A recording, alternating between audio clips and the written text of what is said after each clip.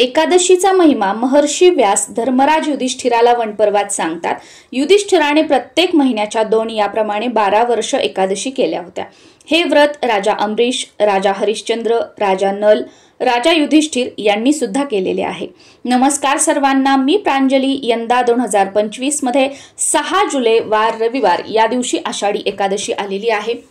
जी मंडळी वर्षभराच्या 12 महिन्याच्या एकादशी करतात ते तर हे एकादशीचं व्रत करतातच करतात, पण जे लोक 12 महिन्याच्या एकादशी करत नाहीत अशी मंडळी सुद्धा आषाढी एकादशी आणि कार्तिकी एकादशीचं व्रत करतात. ज्यांना नव्याने एकादशी व्रत सुरू करायचं आहे, म्हणजे 12 महिन्याच्या एकादशी करायची आहेत, तर त्यांनी या आषाढी एकादशीपासून व्रताला सुरुवात करू शकता किंवा कार्तिकी एकादशीपासून 12 महिन्याच्या एकादशी करायला सुरुवात करू शकता. वर्षभरामध्ये महिने 12 आणि प्रत्येक महिन्याला 2 एकादशी, म्हणजे 15-15 दिवसाला एकादशी येते. महिन्यात 2 एकादशी येतात. याप्रमाणे वर्षाला 24 एकादशी येतात. आणि जेव्हा धोंड्याचा महिना असतो ना, तर तेव्हा 2 एकादशी एक्स्ट्रा असतात, म्हणजे 26 एकादशी असतात. एकादशी तिथी ही भगवान विष्णूंची आवडती आणि त्यांना समर्पित अशी एक तिथी मानली जाते. मानव जन्माला येऊन तुम्हाला कोणतंच व्रत वैकल्य करणं झालं नाही तरीही काही हरकत नाही, पण एकादशी व्रत हे आवर्जून करावं असं म्हटलं जातं. आणि त्याही तुम्हाला 12 महिन्याच्या एकादशी शक्य नसतील तर आषाढी आणि कार्तिकी या 2 मोठ्या मानलेल्या एकादशी ज्या असतात त्या आवर्जून तुम्ही करू शकता. या व्हिडिओमध्ये मी तुमच्यासोबत आषाढी एकादशीच्या दिवशी घरच्या घरी साध्या पद्धतीने आपण पूजन कसं करू शकतो, या दिवशी सेवा काय करायची आहे, आषाढी एकादशीचा उपवास कसा करावा, या उपवासाला काय चालतं, काय खाऊ नये, हा उपवास कधी सोडावा, या पूजेची उत्तर पूजा कशी करावी, अजून अशी बरीच सगळी माहिती मी तुमच्यासोबत शेअर करणार आहे. आषाढी एकादशीची पूजा करण्यासाठी सर्वात अगोदर आपल्याकडे विठ्ठल रुक्मिणीची मूर्ती असावी. पण काही हरकत नाही, तुमच्याकडे विठ्ठल रुक्मिणीची मूर्ती नसेल तर कशा पद्धतीने आपण पूजा करू शकतो ते सुद्धा पुढे इथे तुम्हाला व्हिडिओमध्ये दिसणार आहे. तर सुरुवातीला पूजा करण्यासाठी एखादा चौरंग किंवा पाट मांडून घ्यायचा, किंवा सकाळी देवपूजा करताना जेव्हा आपण सर्व देवी देवतांच्या मूर्तीला स्नान वगैरे घालतो तर त्यावेळेला विठ्ठल रुक्मिणीच्या मूर्तीवर तुम्हाला अभिषेक करून घ्यायचा आहे.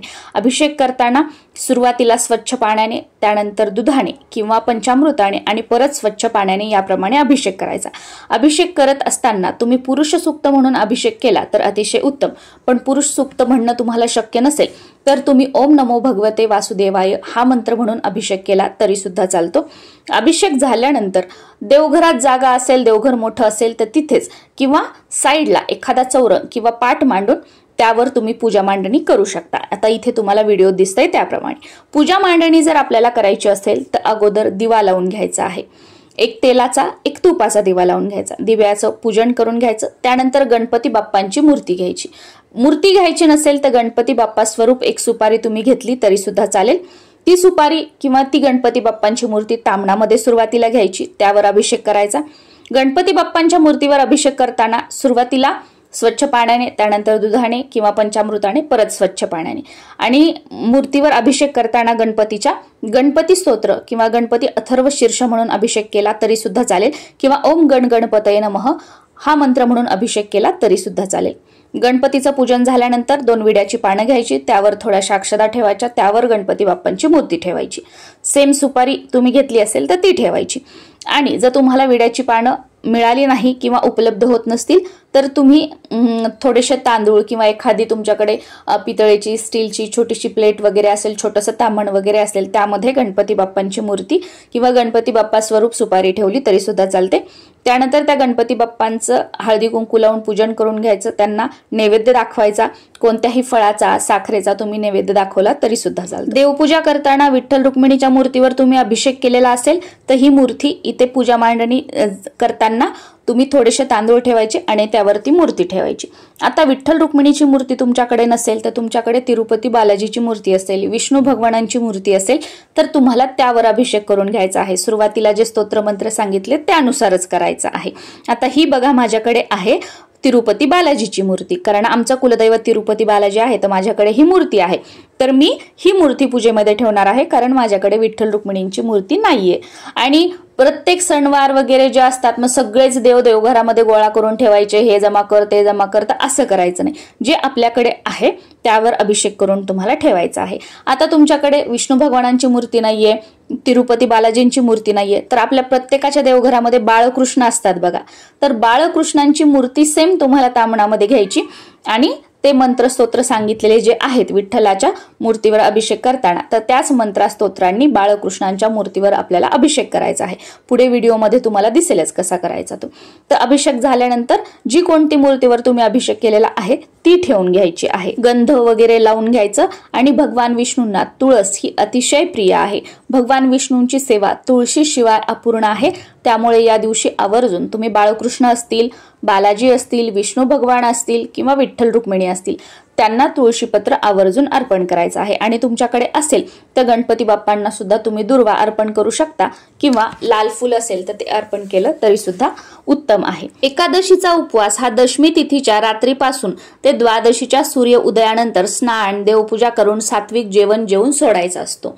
दशमीच्या रात्रीपासूनच तुम्हाला तांदूळ म्हणजेच भात किंवा कांदा लसूण नॉनव्हेज हे खायचं नाहीये, हे वर्ज्य करायचं आहे. शक्य झालं तर दशमीच्या दिवशी कितीही सकाळ दुपार संध्याकाळचं जे कोणतं जेवण असेल त्याच्यामध्ये शक्यतो कांदा लसूणचा वापर करू नका. त्या दिवशी भात बनवू नका आणि नॉनव्हेजचा तर विषयच येत नाही. कारण एकादशीच्या उपवासाला तुम्हाला एकादशीचा उपवास असो किंवा नसो तांदूळ जे आहेत ते वर्ज्य मानले जातात. यामागे सुद्धा कथा आहे, शॉर्ट व्हिडिओमध्ये नक्की मी तुमच्यासोबत शेअर करेल. एकादशी व्रताला तांदूळ खाणे म्हणजे नर मांस ग्रहण केल्यासारखं आहे. त्याच्यामुळे भात खाऊ नका.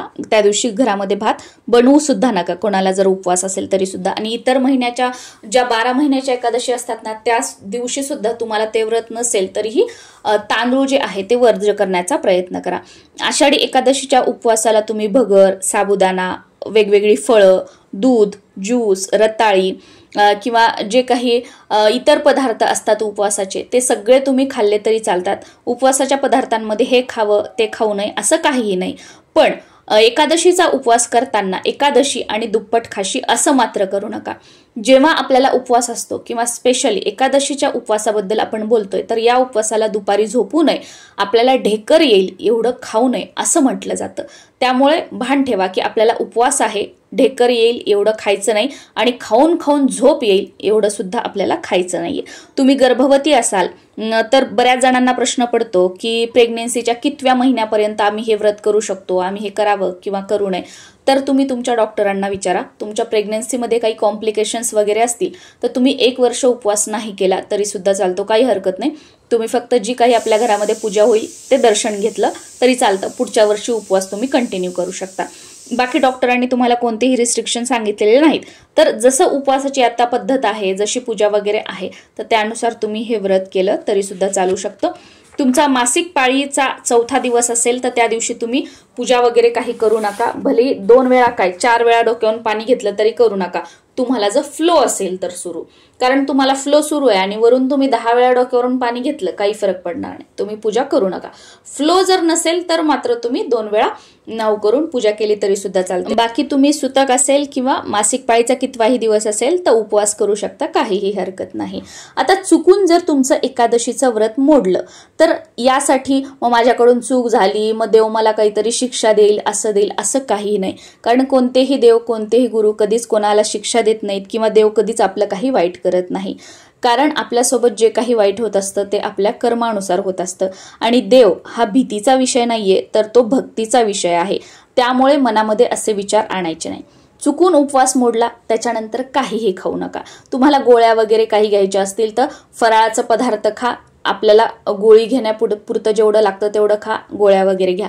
बाकी तुम्हाला गोळ्या वगैरे काही सुरू नाहीत तर तुम्ही फराळी करू नका आणि तुम्ही जेवणही करू नका. बरेच जण काय करतात, चला चुकून उपवास मोडला तर मी आता जेवणच करते जाऊ द्या, तर असंही करू नका. मग ते मुद्दाम केल्यासारखं होतं, मग आपले कर्म आपण आपल्याच हाताने खराब करतोय असं. त्यामुळे असंही करू नका. आणि आषाढी एकादशीची पूजा जी आहे ती तुम्ही दिवसभरामध्ये तुमच्या वेळेनुसार कधी केली तरी चालते, पण शक्यतो सकाळी देवपूजा करताना पूजा करून घ्या. या दिवशी दिवसभरामध्ये आवर्जून विष्णू सहस्त्रनामाचं पठण करा.